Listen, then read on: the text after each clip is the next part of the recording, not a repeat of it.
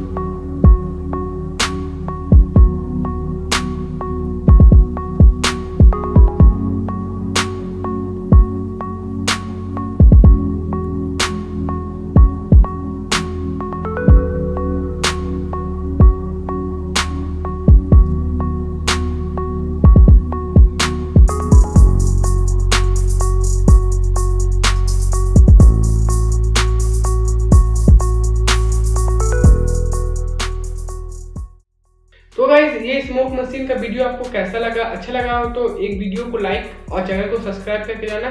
तो अब मैं किसी नेक्स्ट वीडियो में मिलता हूँ, तब तक के लिए बाय बाय।